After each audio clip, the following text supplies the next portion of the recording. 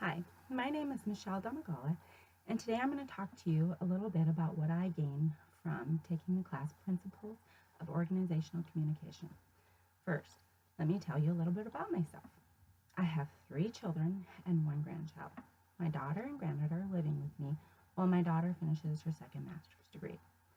My son has just started his first year at MSU Billings online, and my other son is currently living with me at home also.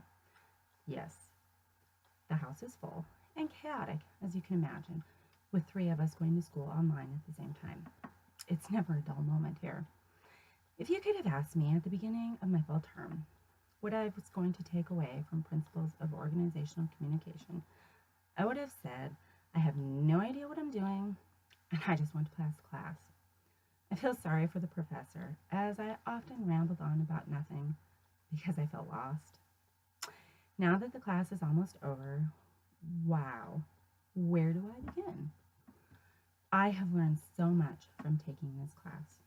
The skills that we have learned over the course of a few months are lifelong skills that can be used in any situation and in any particular job setting. I hope that everyone who took the class could find at least one thing that could really help them to gain perspective about themselves and about those around them.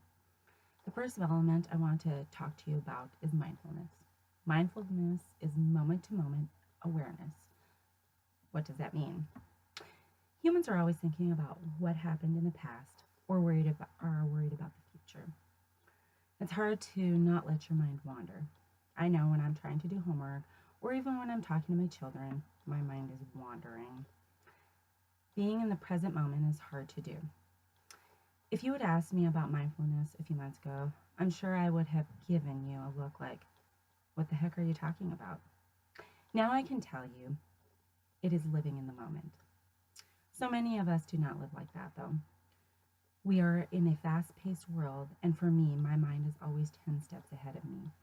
It has been a real challenge to focus on the tasks at hand. But you know what? It works. Mindfulness can increase your awareness, which enables you to focus and take a few moments to understand what is going on and not to react in a way in which you will regret later. Mindfulness is a continuum. Does that mean you need to become a meditating guru? No, it does not. You really need to just focus on what you are doing, take a minute, and breathe. What you do is up to you, but find a way in which to do what you need to so that it works for you. Before taking this class, I had troubles concentrating on my tasks at hand. I was easily distracted, as you can imagine with a 1.5-year-old running around. I hear my granddaughter playing upstairs. Do I want to do homework? No, of course not. I want to go play with her. I have learned before I start an assignment to just close my eyes, concentrate on what I need to. A few deep breaths, and I'm usually ready to go. Does this always work? Absolutely not. But I am trying. I was always one of those people that thought meditating was stupid. Now I think of meditation in a different way. It does not mean you have to sit in silence for hours and hours, but only a few moments. Remember, moment to moment is the key. If you can learn to use meditation, you can unlock wonderful things in your mind. You will be able to focus and increase your compassion. Your creativity will open up. Productivity will increase. You will have less stress. Your overall health will be better, and who doesn't want that? You will increase larger amounts of gray matter. The next thing I'm going to talk to you about today is vulnerability. A simple definition of vulnerability is a state of being open to injury, whether emotionally or physically. What does that really mean? Well, that means I am vulnerable to giving a speech.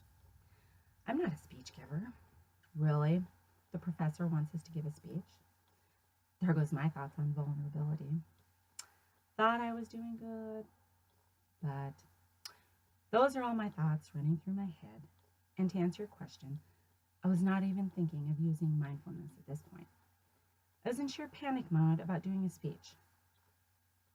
Then I remembered Brené Brown's TED speech. Okay, I can do this. I took so much away from her talk.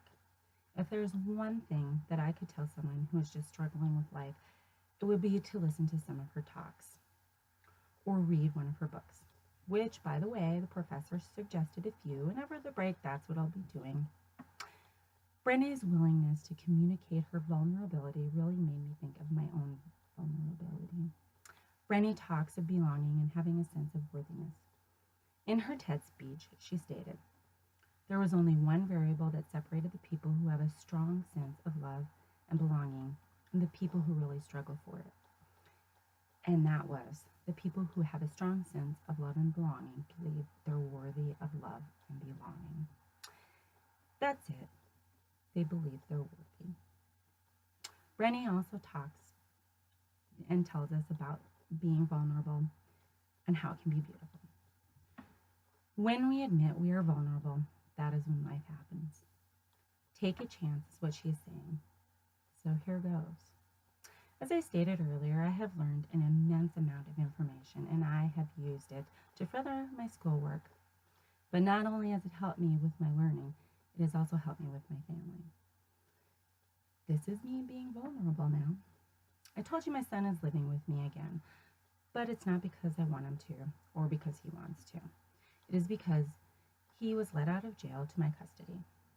Yes, he's over 18, but he was in jail on drug charges and is awaiting sentencing, so he's here until that time.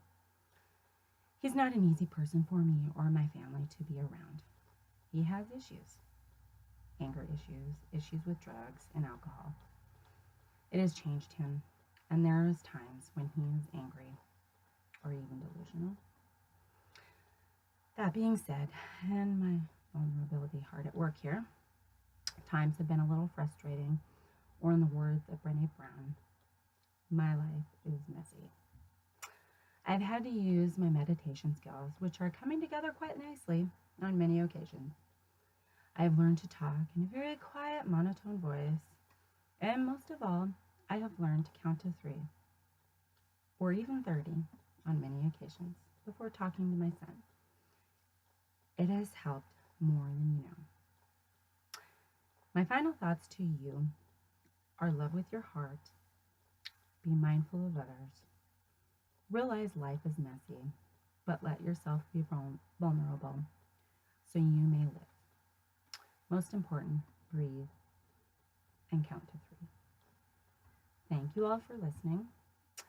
Good luck to everyone in your future endeavors.